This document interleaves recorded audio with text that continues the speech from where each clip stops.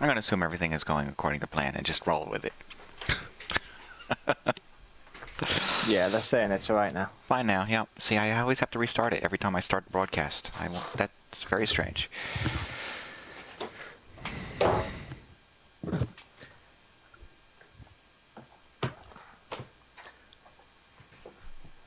All right, all set? It's June 15th, 2014. Happy Father's Day. You're watching Mods on Air. 2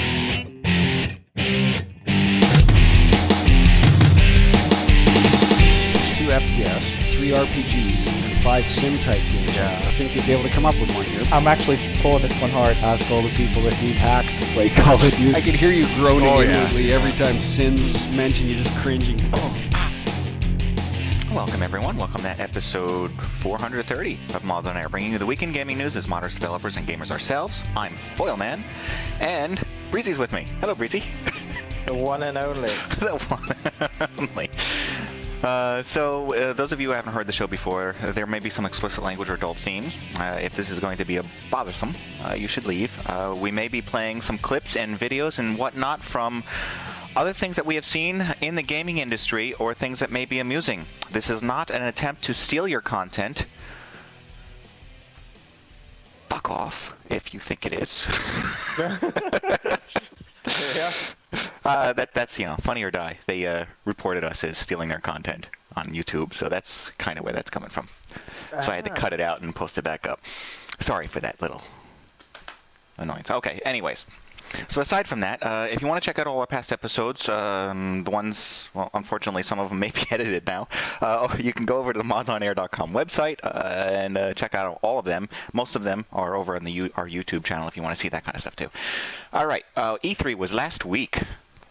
I was there, and as exciting as it was I got to see a lot of stuff, and a lot of stuff I purposely didn't see.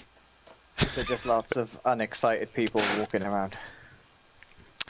Well, the first day was extremely busy. I really, you know what, I should have grabbed the pictures off of my phone and posted a couple of them. And then the last day was extremely not busy. To be honest, the last day, I went to a couple meetings and didn't even go in on the show floor. Within the first day, I saw everything I needed. I felt like I needed to see. The second day, I wandered around a little bit. And I don't know. I think that's because everything that I'm going there to see, I've already seen online. I haven't been sure if it's because I am used to going to these shows, but no, it's because I've seen it all. It's all there, right, for everyone else to see before the show doors open. From what I've seen of what was announced, it's all stuff that we already knew was coming out. Mm-hmm. Which is what we said last week. None of it is news to us. None of it is exciting because we already knew it was coming. Exactly. The only thing that you do get out of it is people's impressions of certain games. For example, I found out that Evolve is more fun than it sounds. Did you get a chance to play it, or was it just... No, I watched it and my buddy played it. Because I always thought that looked quite interesting anyway, but I wasn't sure how it was going to work. I was quite interested to see if you'd actually get a chance with that. And my buddy also waited 2 hours to play Alien Isolation to find out that there's no real combat. It's just a survival game. Yes, I heard that about it as well. See, again, 2 hours. That's not news to me. I've seen people playing it. I've seen footage of it, and I knew that was the idea. Everything the developers have said about it, they've said it's not a combat game. It's a sneaky, boring game. I wouldn't even call it a stealth game, really. No. Hide and seek kind of thing. I don't know. It even looked bit. boring. I'm watching them, and it's sort of like watching somebody walk through a level without any enemies. That's what it looked like. I forgot to put the enemy AI in. Yes. Love it. Yeah. That's what I want for my games. All right, so we'll get a list. We'll get to a list of what somebody over here thought was the top 10 contenders. But to start off, I wanted to talk about how Notch, the guy who put together Minecraft, has come up with his new game, Cliffhorse. I really am baffled by this. I don't understand. It has to be a troll. It's gotta be. Cliffhorse is nothing. Yeah. It just doesn't make any sense. It's I don't even know. This is another goat simulator, isn't it? Yeah, kind of. It's you're a horse. You're running around an exaggerated terrain, all built in Unity, and you come across this ball that could be cowish, or it's probably the horse texture pasted on a ball. You just can't really tell because it's not UV mapped on this ball, and then you just push it around and bump it, and that's the extent of the game. This has got to be a joke because it just doesn't make any sense. Right, No, so it doesn't. Anyway, this is Notch's latest gaming experiment. This is called Cliffhorse. That's it. Yeah, no, that's just such a non-story in a way. It's just Goat Simulator with a horse. It's up for pre-purchase though. Really? Yeah, that's it. It's All right. Right, that's it. Gaming is dead. I'll see you all there. I'm gonna go outside. It's dead when that becomes number one. Yeah. Landscape. It's dead when you get DLC. Different horse textures. Textures. I'm a pony. Greatest game in the whole world. It's rated 10 out of 10. I want the unicorn texture. Pegasus. This is horrendous. The ball even goes through trees, Yeah. so there's no collision on them. Well, there is collision. Notch is the guy who made Minecraft, right? Yeah, yeah. So, as much as I don't play Minecraft and I don't really get it and why people love it, it does have some merit of being a decent game. Yes. This is why this has to be a joke, because you do not go from making Minecraft, which has been so successful, to making this. I know. Apparently there's no cliff too steep for this horse to run. Let's see how high it can get. It has to be some kind of tech demo. Just like Skyrim. Even that doesn't make sense. Well, maybe. He wants to see if it's possible to get the horse running in an environment with lots of terrain. Well, I'm thinking, is it not so much the horse? Is it a terrain test? Is he going to go for something open world or something like that? There we go. Oh yeah, look at that. Look at that view, folks. Look at that view. Because that's the only thing I can think of with this. Vertical horse. Unless everyone's terrain's different and no one has realized it yet. And he's trying out some randomization techniques. Oh, maybe. Alright, so anyway, this has been Cliffhorse. It's almost blown. Oh, funny about that, Morphus. I'm in the airport. Let's see. I flew from New York to LA. I got to the LA airport. Jennifer Connelly happened to be on the flight with us. And next to her, not far from her, are a couple gamers. That's the only reason I realized that they were gamers was because they were playing a game called Stick and Ball instead of Ball and Cup. It's Ball and Stick. Oh no. I took a picture of it and texted it to Strider. They're just like, it's a stick, they're flipping it up and trying to get a ball with a little hole in it to stick on the stick. And then they got bored and held onto the ball to get the stick to fall into the ball. Jesus. So I guess, I don't know, is that a level up? Or is that just ridiculous? That's a mod. Yeah. So it's out there if you want to play. Oh, that's not supposed to be next up. Next up is Doom. Doom had some sort of announcement and some trailer and some stuff going on. I don't remember actually seeing this at E3 though, but this is gonna go QuakeCon though, isn't it? Because it's id. Am I right in saying that?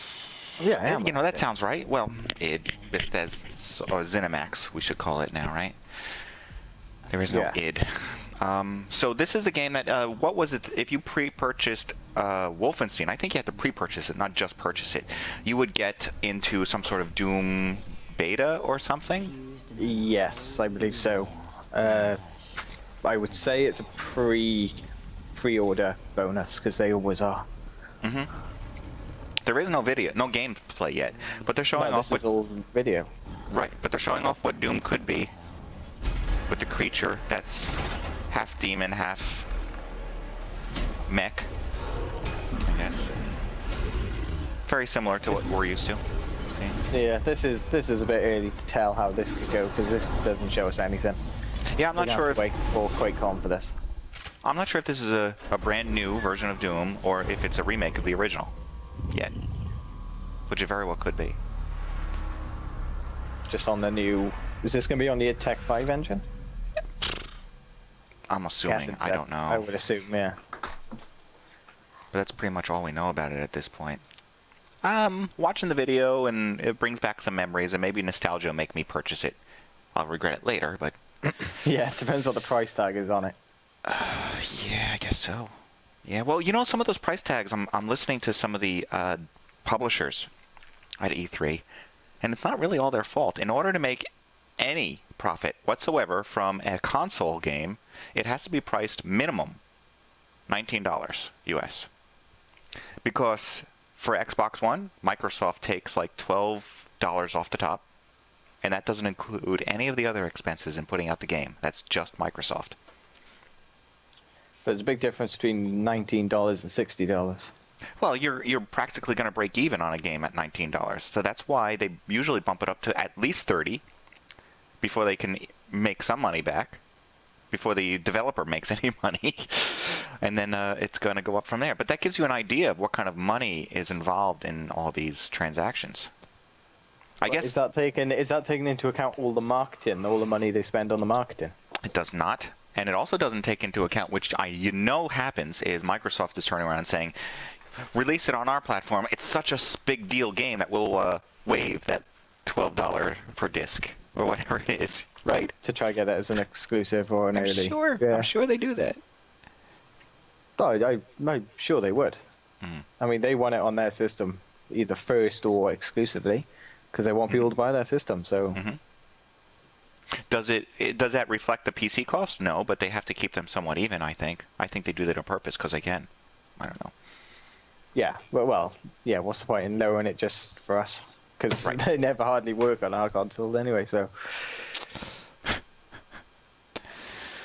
Alright, well, another big game that was in the news because of E3 and just because it's Call of Duty is the Call of Duty Advanced Warfare. I got some video on that, which... You know, it's what you expect. It's Call of Duty meets Halo now. With your double jump booster boots or whatever they are. What I did notice about this, we're wondering with the new mech suit, could you sort of have more of an open world map? They haven't done that at all. All you can do is now jump onto obstacles you couldn't jump on before. And I'm kind of wondering, like, were they using it in this video? He's using the double jump to get up onto sort of platforms and stuff. But it's just reminiscent of all the other games where you would boost the other character up and then they would help you up. They've just taken that away and now you can just jump up yourself. And I guess that also means they're going to start putting in the... I don't think Call of Duty has done it. The out of bounds, like Battlefield 4 does. So instead of putting up invisible walls, you just don't go beyond this point or you're going to blow up, kind of thing. Well, we don't know what multiplayer for this is going to be like, but like I say, from what I saw of like the gameplay that they've got here, the single player is no different to how it always has been. I say there's a bit where he runs and jumps onto a bus, but it's still in a sort of corridor style shooter. You can't go up and around them or whatever like that, but I don't know. Early days yet. Yep. This is actually what I'm playing here is some demo gameplay.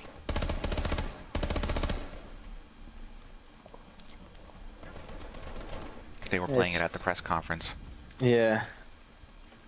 Well, this is the video I watched when it first got sort of talked about. It just doesn't look too different to what they already do. Well, what it looks like we're playing as a single player. Yeah. And as far as Call of Duty single player goes, looks more interesting than the past have been. I think it's going to wear off fairly quickly. I mean, like the bit that's playing that I can see on the screen here now is where he jumps down this big hole. Yeah. But you've still got to go that way. There's no other choices. Correct. Got to go down there and then use your boosters. Right. So but it's still planned. You're playing with a team, which I don't think they did in the last couple. Is this a team or is this just you're right. AI? You just follow an AI. Well, team AI. Yeah, you do that in Ghosts. In the last few I played, you usually follow someone. I wonder how many cutscenes they have though. Now that was a problem in the previous ones, right? Yeah. Lots of video. Or not so much cutscenes as in the AI person you're with will stop, and then you'll have to do something he'll like tell you what to do and you've got to do it, otherwise you can't move on. Like in Ghosts with the dog, you have to hook up to the dog, but if you didn't do it, you couldn't go on. It was a pain in the ass.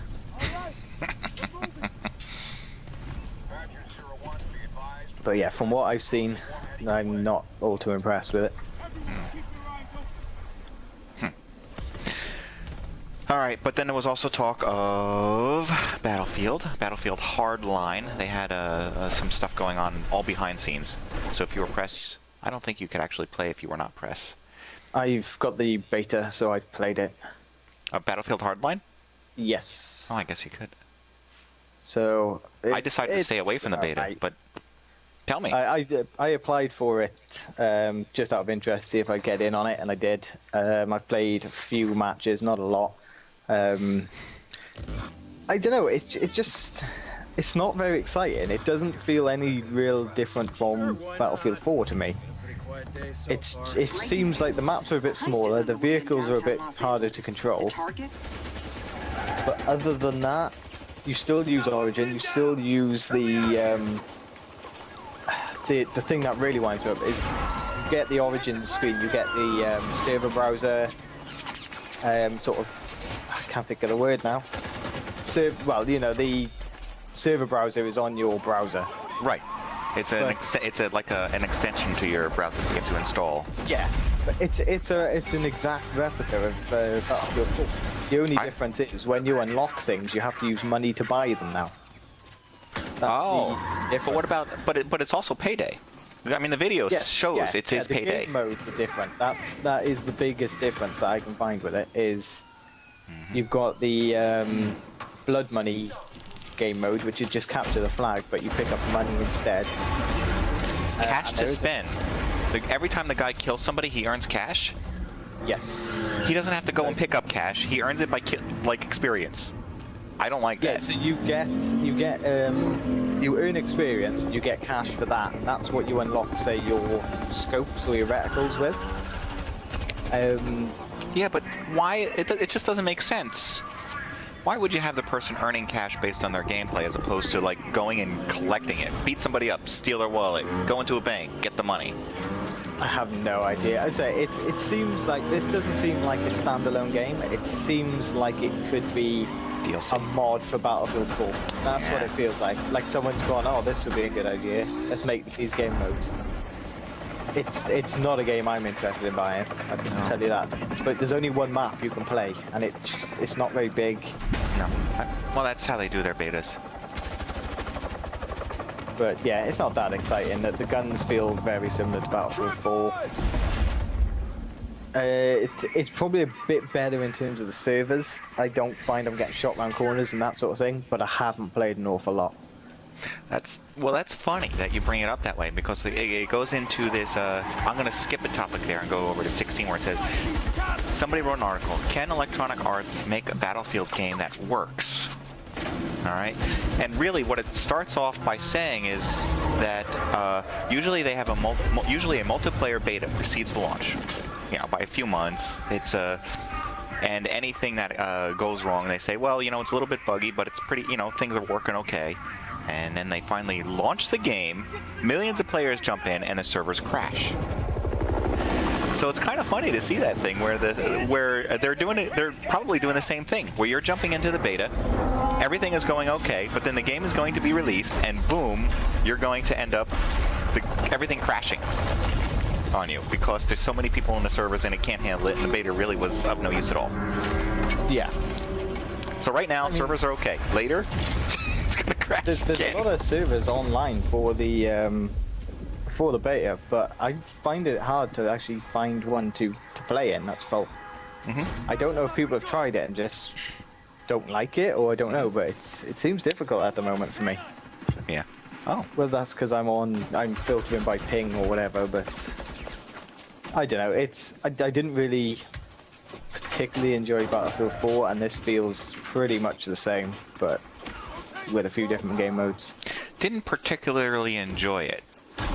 I'm not. What do you mean by that? Because I can read into that a few ways.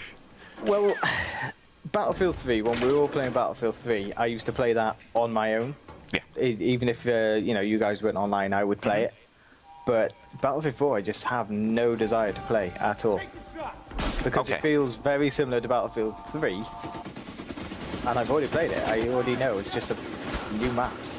Right. So it's not that it's a bad game. It's just that there's nothing enticing, nothing exciting about it anymore. You've been there, done that. I mean, a lot of people have been complaining about it being, a terrible game and you can't play it because the servers are so bad.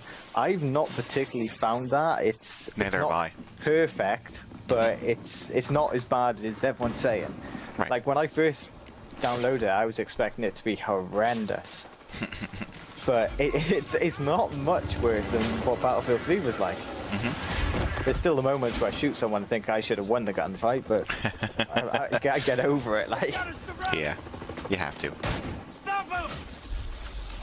And this is just more of the same. This should be a DLC for 4.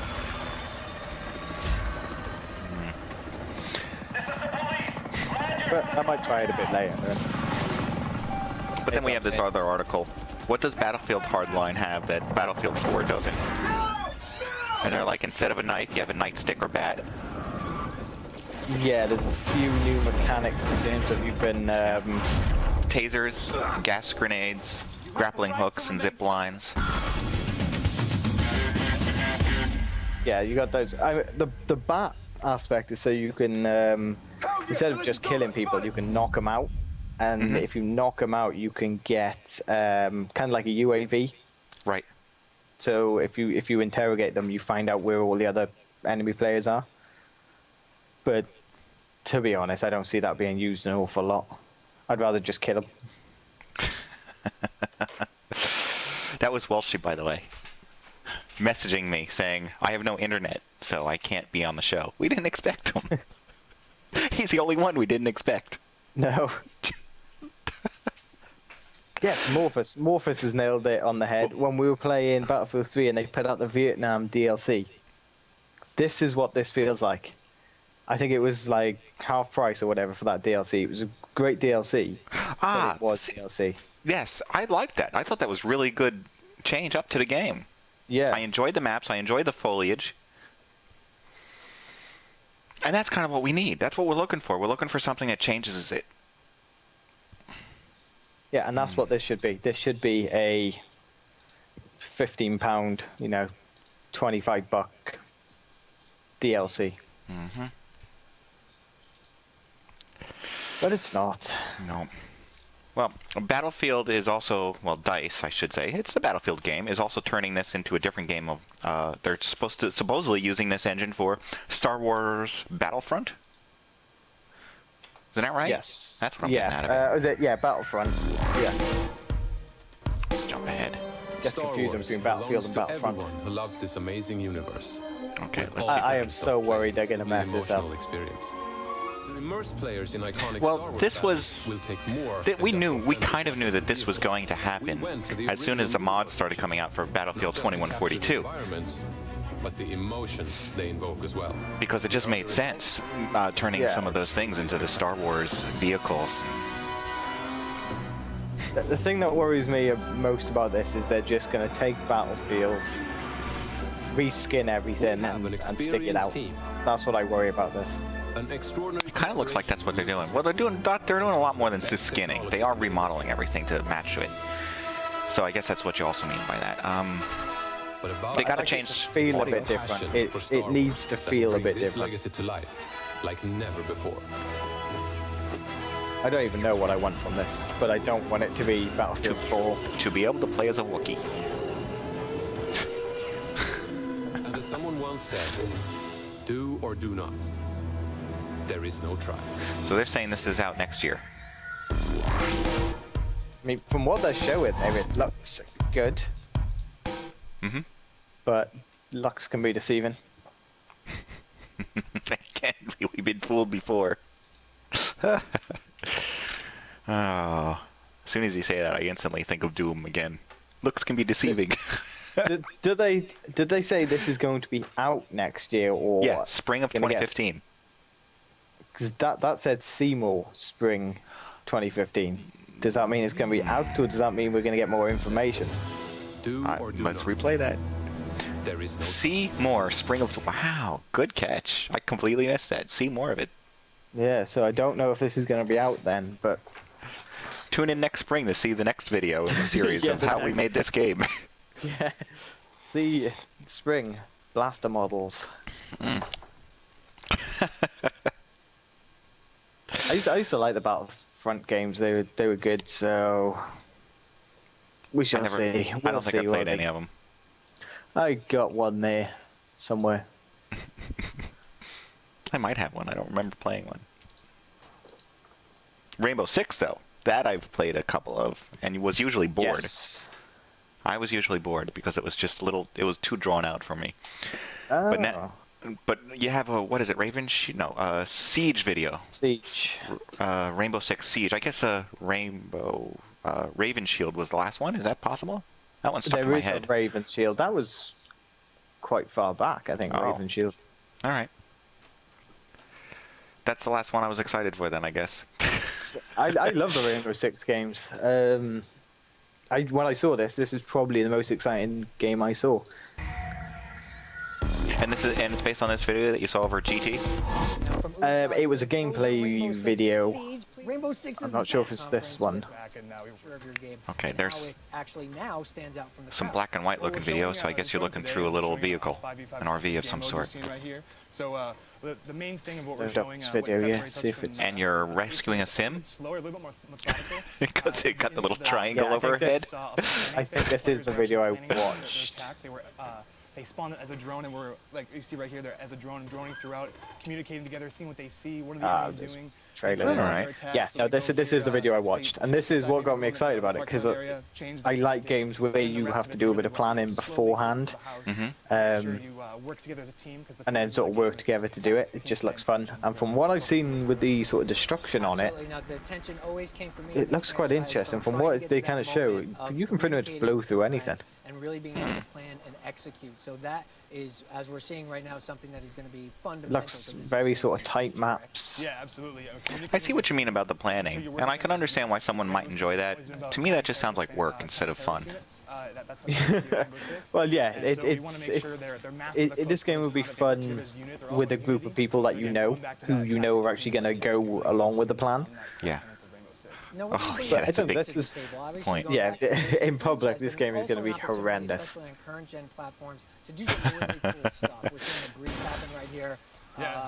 But it looks a bit more to it than just your standard run and gun game. Yes. Which is, something I'm quite excited for. What we're bringing to the table is this new asymmetrical gameplay we're calling Extract the hostage, rescue your teammate who gets fallen. So what we did was we looked at the core tenets of Rainbow Six, which has always been about I think that's what's happening there. Opposing forces, Rainbow Six and their enemies.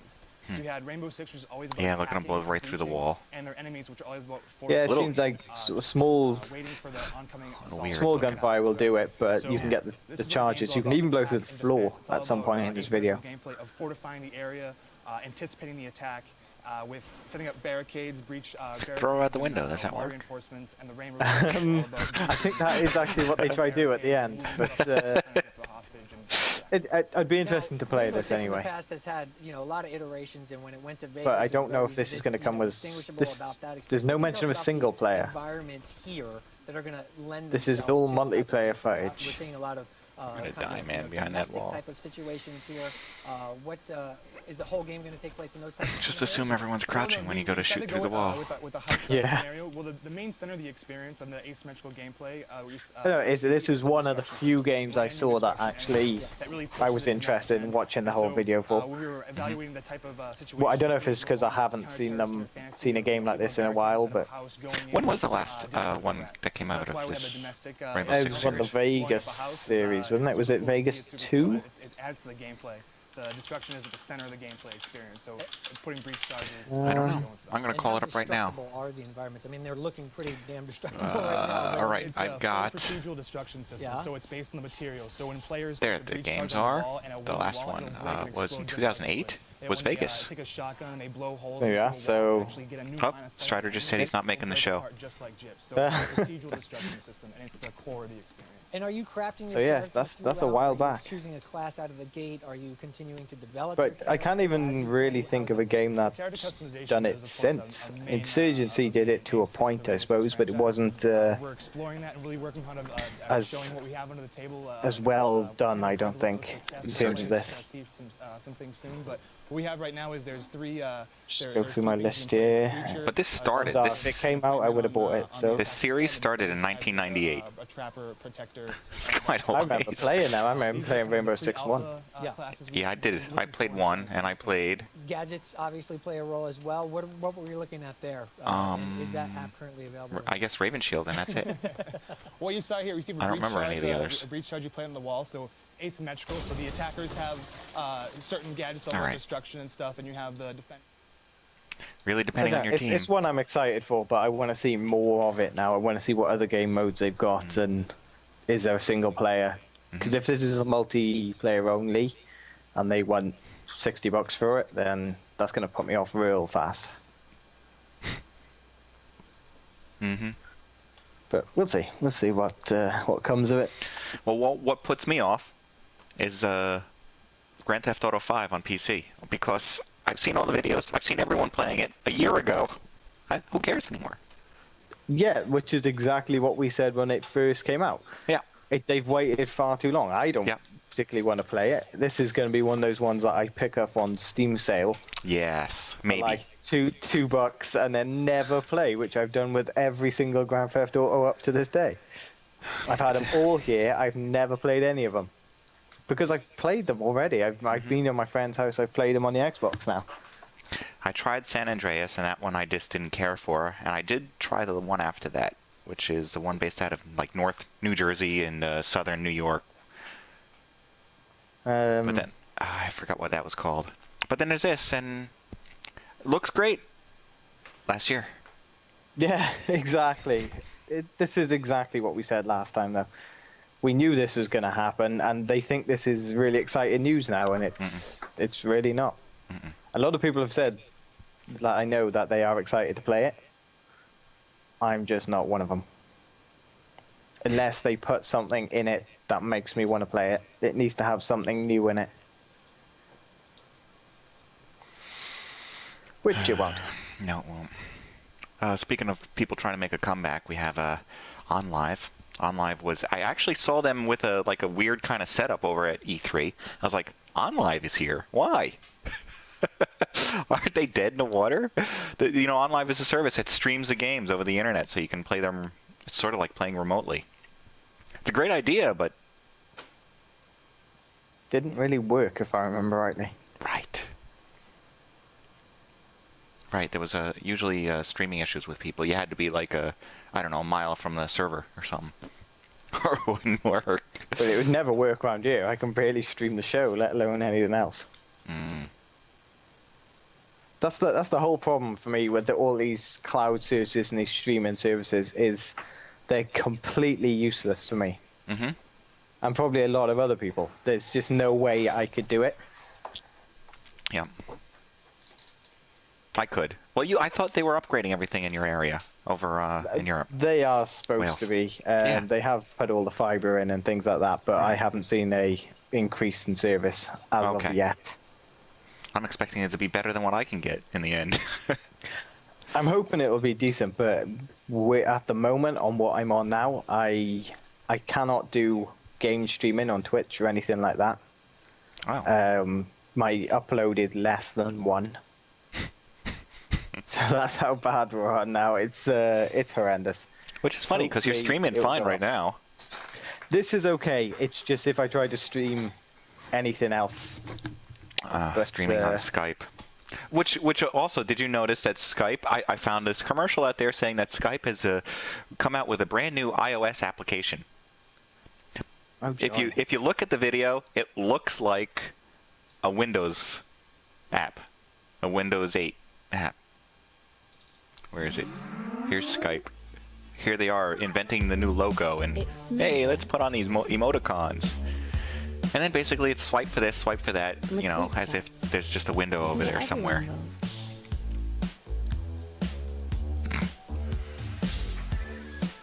I thought it was funny. You can go between.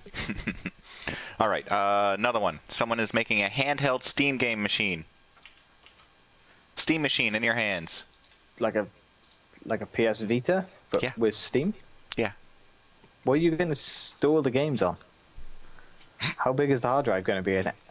It's probably, maybe it's like the Vita and you have to carry around a special little card. Just really massive SD cards. It's going to cost you so much money.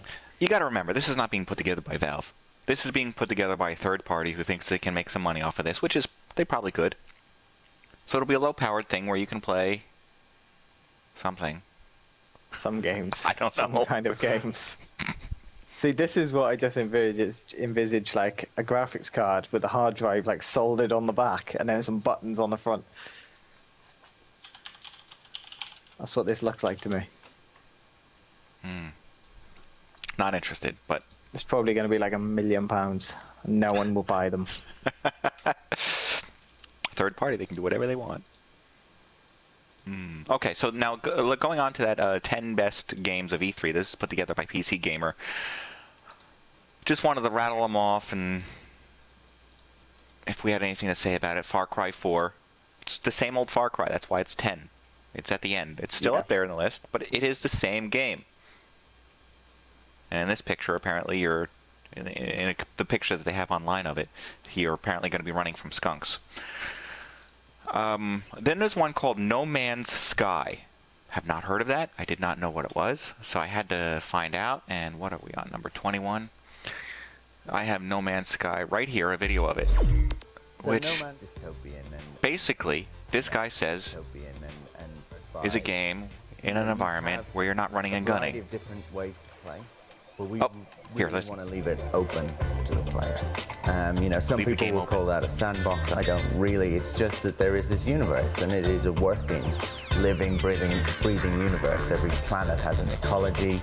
In space, there are trade routes, there are freighters, there are shipping lanes, whatever. There's space stations, and they're just working. Space combat, I guess. And we let the player loose in that.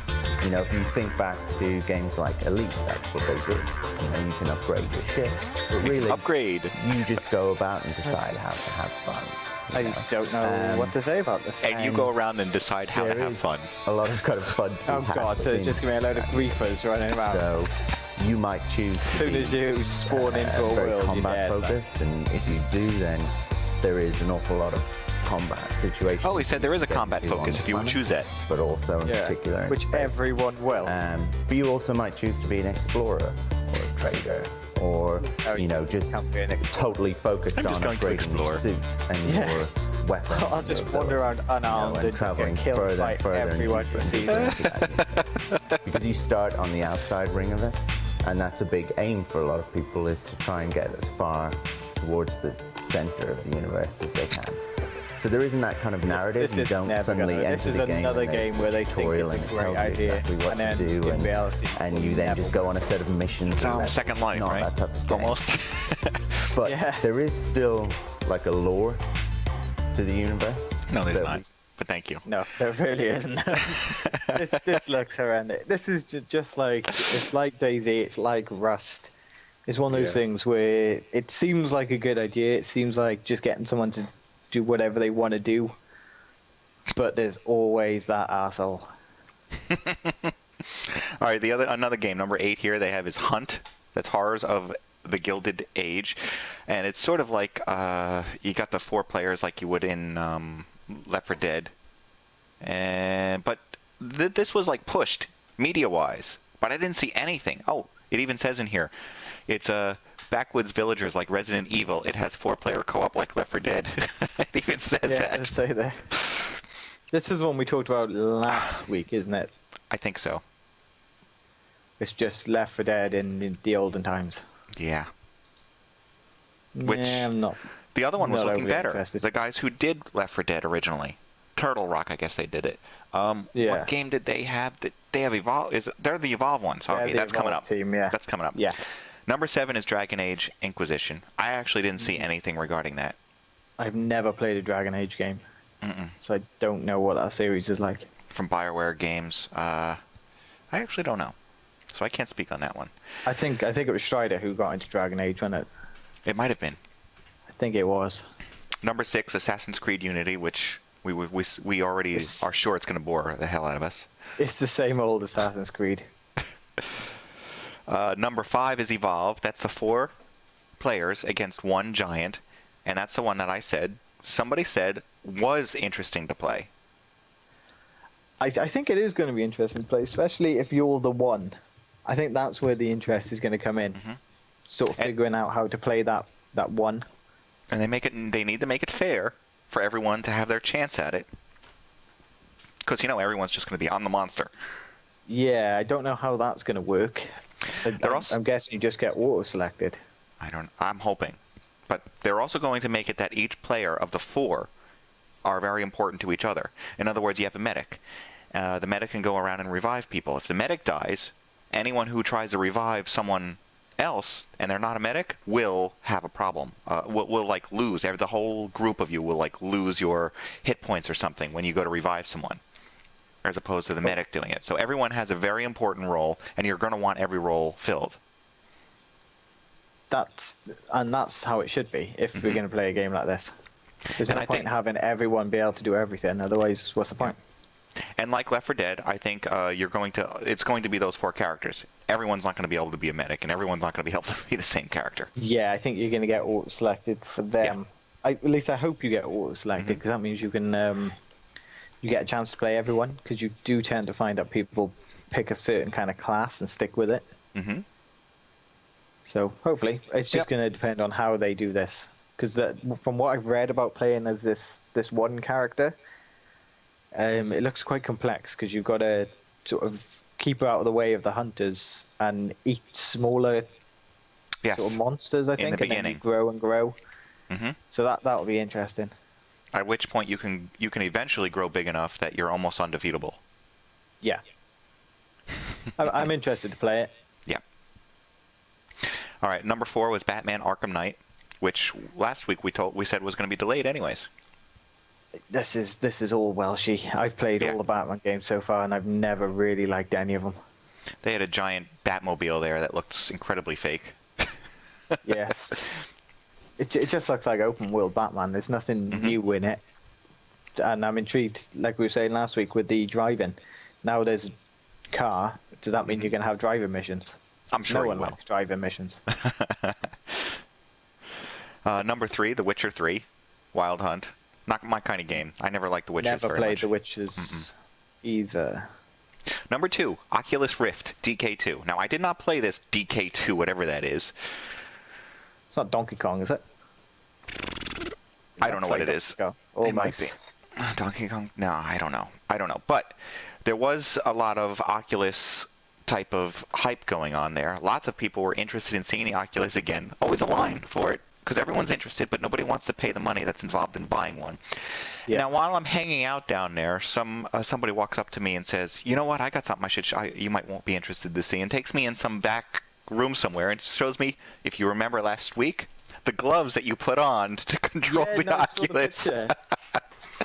Somebody. How was that? Oh, you saw the picture on Facebook? I don't know if somebody posted it. Yeah.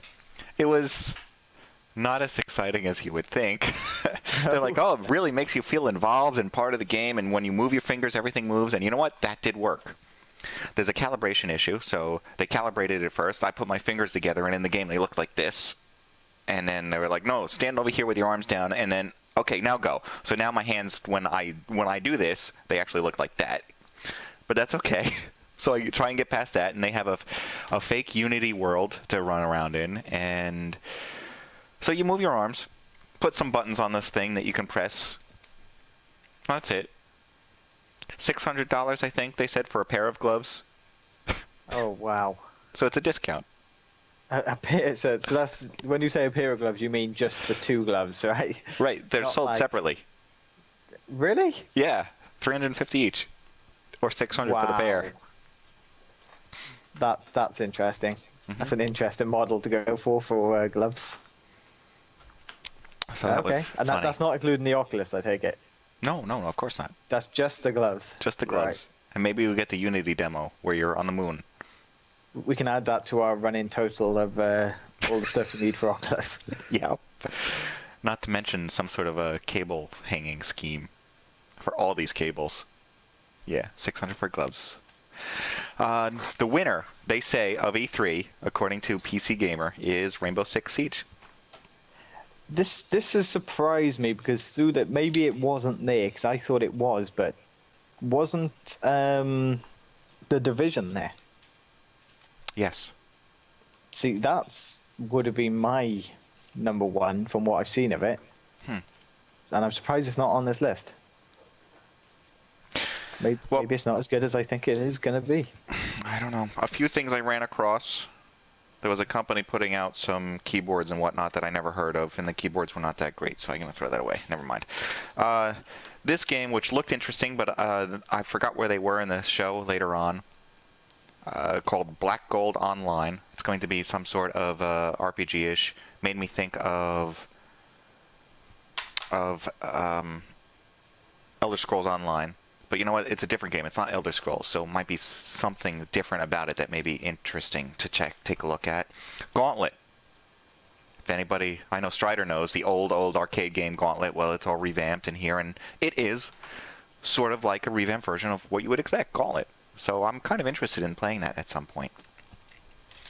And then finally, something else, which is going to be hard to tell by this. That little ring that I'm showing in the screen is like a jelly-type gigantic magnifying glass, like a really big contact lens that you stick to your monitor for crosshairs. Oh, wow, really? Yeah, so not only is it crosshairs, but it also slightly zooms the area for you automatically. That's a bit strange. That would be interesting to try. Yep, so stick this jelly crosshair thing on your screen, and there you go. That's aimed at the snipers among us. Yeah. From the hip or something, maybe. That's a bit strange. I'm kind of intrigued to see what that would be like, but at the same time, I don't want to go sticking things all over my monitor. It's supposed to wipe right off. I don't know. That's a bit strange. I was wishing that they were like just handing them out or something, but they were selling them or showing them off there or something. Yeah. Probably for some stupid amount of money as well, like $50. It's called GameScope. Back us on Kickstarter and get your GameScope. Kickstarter. Okay. That's an important thing to note, GameScope. Otherwise, you guys wouldn't know where to find it. All right. So that lines up really what I have for PC. Now, I'll start jumping into other things like Microsoft, who has Ridley Scott's Halo project, is a prequel to the next major Halo game. More Halo, which I'm not interested in really doing much of. No, never played Halo. I have, and I really enjoyed it. Co-op on the Xbox, and that's as far as I enjoyed it. Did you enjoy sort of Halo 1 / Halo That's what I'm talking 2 about. and then never played it since? Yes, correct. There's what, like 1 million iterations of it now? Then there's an article here, what was the greatest games of Microsoft? Fable Legends, that's going to be the next iteration of Fable, which I wasn't ecstatic over Fable to begin with, so I didn't care. No. Sunset Overdrive, which looks like a steampunk kind of weird game. No. Forza Horizon 2. They had a very nice Lamborghini Hurricane there. Ori and the Blind Forest. No idea what that game is. Looks very animated. Might be interesting. Sounds animated. They're saying it's Indie Game Initiative, part of that. And that it's plays in a style of classic Metroid and Castlevania. So it's a side-scroller? Yeah. Yeah, it is, definitely. Master Chief, the Halo, the Master Chief collection. I guess it's just all the Halos. That's just the old Halos remastered. Yeah, so there you go. That's the highlight of Microsoft. Have you noticed they're all either small indie games or just iterations of titles we've already seen? Yeah. Well, it's also the same booth they used last year. And they're recycling. Oh, yeah. They don't even care anymore. PlayStation also used the same booth as last year. But I don't remember if Nintendo did or not. I think they use the same office booths as they do every single year, but then they spread themselves out a bit. So then I have some stuff here from Nintendo. Let's see. More Mario, more Smash Brothers. More stuff coming from them. Yeah. The usual stuff. Except you can now play as Pac-Man in Smash Brothers, if I'm right in saying. Oh, they were going off about this Amiibo, A-M-I-I-B-O thing, which I saw, and then I wasn't really fully understanding until I saw some more video about it now. Basically what this is that you get it yourselves this animated character that sits on top of this board that recognizes the board, or at least this is how I saw it. They're saying it works with the Wii U. And what I saw was not part of the Wii U. Yes. Yeah, I saw they're not animated. You get like a little model, and you sit it on top of your console. Now, apparently there's a memory card or something in there that keeps track of its stats. Yeah. And the way I saw it, this as well. The way they show it in the video is you have to tap your Wii U controller, and then it like registers, and then it knows what to do. I saw this little stand that you could put them on top of, but then little chips you can put underneath the character that allowed it to, the chips were like how much defense it has or how much offensive, what kind of weapons it has. So you could take your character and put it on the chip, put the chip on top of this. But they were showing it how it worked inside of that fighting game, Smash Brothers, I think it's called. Yeah. How does that transfer over? I'll get you, Mario. Amiibo. Okay. And we're going to create Amiibo for a variety of Nintendo character Wii U gamepad controller in different ways. So tap your Amiibo controller. will expand the gameplay experience of supporting titles and bring about new we don't care about that. We want to get to the and your experience. I'd like to show you. So let me explain using Amiibo compatible games. Super Smash Bros. For Wii U, which will release this holiday alongside the first series of Amiibo. Now when I talk about figures and Smash Bros., fans of the series will probably think of this. This was the opening video from Super Smash Bros. Melee. The original concept behind this series is that figures come to life and do battle all on their own. Don't you wish you could have figures like these? Characters. Well, that wish is about to come true with Amiibo. Let's say you head over to a friend's house with a Link figure in tow. And don't break it. Your friend has a Wii Fit trainer figure, and luckily, Super Smash Bros. For Wii U. You have a Wii Fit trainer Each figure contains the spirit of the character they represent. So, when you touch an Amiibo to the Wii U gamepad, that character will appear in the game to do battle while you cheer it on from the sidelines. Just like the original concept for the Smash Bros. Series. There are many different ways to engage these characters in battle. All right, I'm going to pause it there. Against other figures. So what I'm getting from this is the more you play, the more you level up your character, which means you can beat people. I think you already started out wrong. You said really the more what? I see the way I see that. Repeat it. The more repeat you it. Play. There. Stop there. The more you play. Stop there. On from the sidelines. Just like the original spirit of the character they represent. So you tap it. Touch an Amiibo to the Wii U gamepad. That character will appear in the game it just appears. To do battle while you cheer it on from the sidelines. Does battle while you cheer it on. Just like the original concept for the Smash Bros. Series. Nowhere in there does it say you play. There are many different ways to engage these characters. No, I'm thinking before this. You can pit them against other figures. There is you can take face this off to a against them friend's yourself. house. Yes. They can team up and fight but alongside before you take it, and they what may I'm even getting be from able it to beat is up your you friends play, for you put it on yours. Yes, you do. You play the game. Every time your Amiibo play through the game, its abilities will get a small whatever boost. this thing is called Through battle, levels up. Yes, it does. You're right.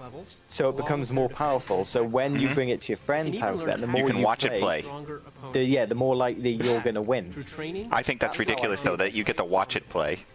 Yeah, but that's what I get from this: is you level it up while you're playing, and then if you've played more than your friend, you're going to win the fight.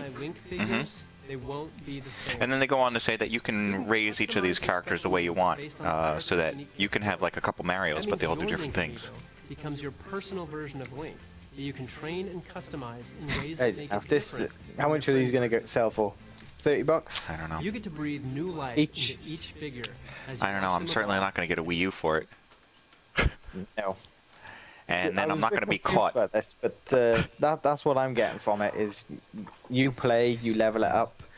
This is kind of like playing Pokemon, but yes, but it is. But you don't get to battle them at the end. So now you got That's essentially what it is. now you got kids and adults carrying around in special carrying cases their Pokemon type Wii U characters to their friend's house. The only difference is you get this little character, but it's so useless because you don't even get to fight him at the end. Right. All right. This is just bragging rights to show how much you've played on your own. This next one I thought was very interesting. It is the ability for you to make your own Mario game. Yes. Called Mario Maker. Now I never actually saw any footage for this, but is this going to be similar to slipped my mind. Little Big Planets. I don't know that one. Yeah. That was PlayStation. Little Big Planet. You can make your own maps for that. Well, here you can make the map. I think it actually gives you like, here's your walkway, and now you can just start dragging and dropping stuff, blocks, enemies, everything. Yeah, this looks very sort of similar.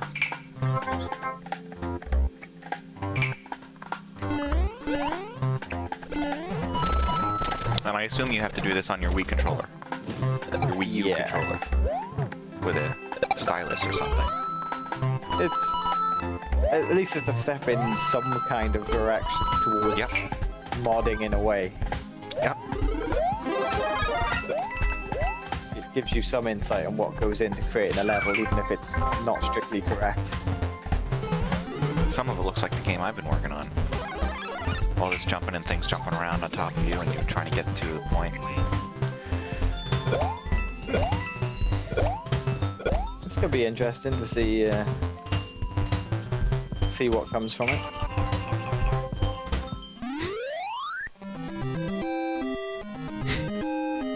Yeah, it is interesting. I like the idea. Okay. Alright, PlayStation. What's going on with PlayStation? Playdate. Yeah, Destiny. The game Destiny's on its way. Now, if I'm correct, Destiny is the game being put out by the Halo guys? Yes, it's the... yeah. Mm-hmm. Which I keep hearing lots of people talk about Destiny, and yet I've not looked it up and have no idea what it's supposed to be like. Try to get him with a knife throw and missed. Here's some video of... So he lost the hill there. Well, people playing like capture the flag type stuff. We still have it set in the fiction of the world. So yeah, this looks like Halo. I'm not interested. No, well, Halo multiplayer. Isn't Destiny supposed to be an MMO though? Doesn't look like it. What I'm from watching. For some reason, I've got it in my mind that this is supposed to be an MMO. Watching Guardians picking and choosing and loading them up. So this is Rusted Lands. This is set on Earth. You can see it's an old derelict. It's an action role-playing first-person shooter. Slammed into by a hive pod. Well, that's a lot of things. So, yeah, you're kind of right. But there's it still looks like they're playing capture the flag. Which makes sense. What was the one that began with the letter P? PlanetSide. So typically you'll see people go ahead of Oh, it could be like that. It's very hard to hold down. There's a lot of ways in and out. There's a good sight line out. Oh, possibly. If you want to try to snipe. PlanetSide wasn't a bad game. It was just no. a bit annoying. So one of the really cool things that I experienced when I've been playing. Because I was sure this was an MMO of some kind, but RPG MMO, not far off. This is only going to be on the consoles, though. I'll change to like a scout rifle and a sniper rifle. That's it. Oh, so we're never going to play it anyway. No. And if that stops to work for me, and in mid no PC version expected. Using an in-house engine, so it's our own engine, whatever it is. And then back it up with a shotgun. And of course, I play Warlock because Warlock's the best class, but you can see some guys. Well, then the other thing that PlayStation was talking about is how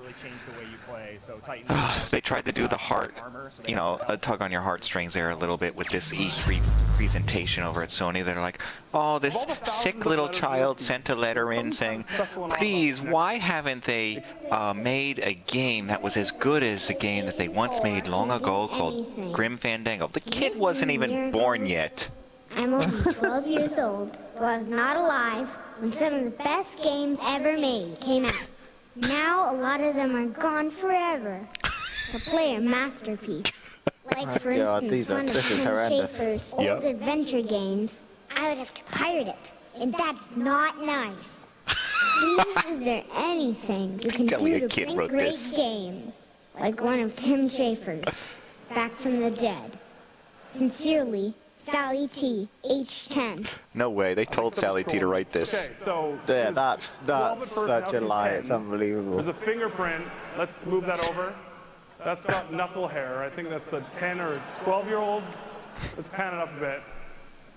That's not a 12-year-old's beard. Okay, bring it all the way out. So at that age, I had no idea who made games or how games were made or anything Sally, like that. All right.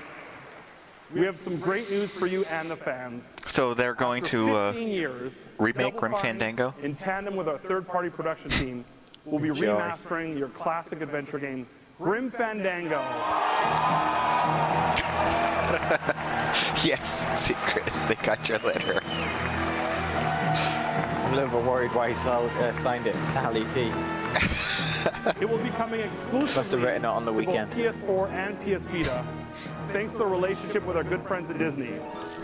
Looks like it's time. Oh yeah, that brings it to mind. A little shave.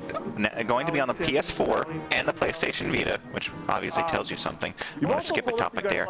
But that comes up to mind with what's going on with the PlayStation TV, which they pretty much announced. Now, I went over there and asked them, what is this PlayStation TV thing?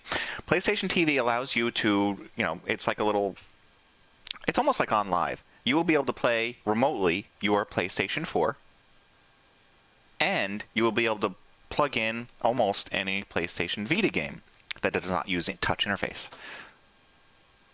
When you say you can play your PlayStation 4, do you mean stream it? You can stream PlayStation 4, but do you have to have a PlayStation 4? Yeah. So it's in-house streaming? I guess, or you bring it to a friend's house? That is a little confusing. I should have asked that question. Amateur mistake. But the question I did ask was, it handles PS Vita, and what kind of requirements are there? That you can either take your memory card and plug it in and play the game, or you can just play whatever games you have purchased before, that kind of thing. As long as it doesn't use the back and front touch interfaces. Now I'm kind of intrigued to see if is this in-house streaming or not. I don't see how you would stream house to house. I know. And that raises another question: is if you are streaming, can you still use the PlayStation 4?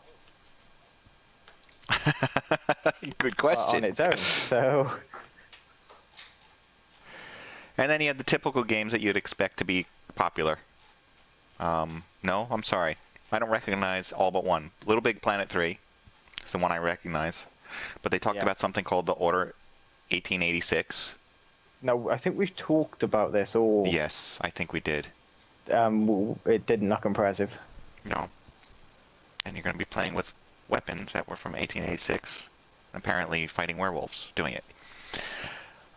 Entwined, which is just some sort of weird flying around with geometric shapes kind of thing. Counter Spy, which looks like a ripoff of Team Fortress 2. Drive Club, another driving game. Hell Divers, which was actually seemed like the big thing that they were promoting, but it's top-down type strategy, but not strategy, almost like it's a top-down type game. That's what it was. It looked like strategy, but it was more than that. You were also playing some of the characters. None of that sounds exciting, other than Little Big Planet. It's probably because we're just not that much of a console player. Could be that. Could be. Could be some bias there. But there are things to look forward to and things not to look forward to. I think it's better than last year, all in all. Last 2 years, I felt like there was nothing to do, even after E3. Now I feel like something's going on. It's going to be better. We've got hope. There was a lot of things there, but none of it got me excited because it was all stuff we've seen before. Like I said, the only two games that I'm really interested in seeing was the new Rainbow Six. And Rainbow Six. And The Division. Yeah, they're the only two I'm sort of excited for. I don't know. But there we are. All right, so that was a conference. Now, I don't know if you're going to take from that the idea that it really is unexciting, these shows, or, I mean, all this stuff everybody should have heard about, known about already. I think that's what's made it so underwhelming, is all this stuff we knew was going to be there, and half of it we'd already seen. Mm-hmm. It's news we've already talked about. Yeah. All right. So we can wrap it up there. We got our time in. Is there anything else you wanted to talk about with the show, with anything else? No, I just noticed that Welshie's come online now. He said that 30 minutes ago, he said the internet guy was going to show up in 30 minutes. So he's probably there and finally got his computer to sign on. Good for him. He'll be here eventually. That's funny. As for Ham and Strider, there's just no excuse. Strider's been bombarded by children, and who knows about Ham?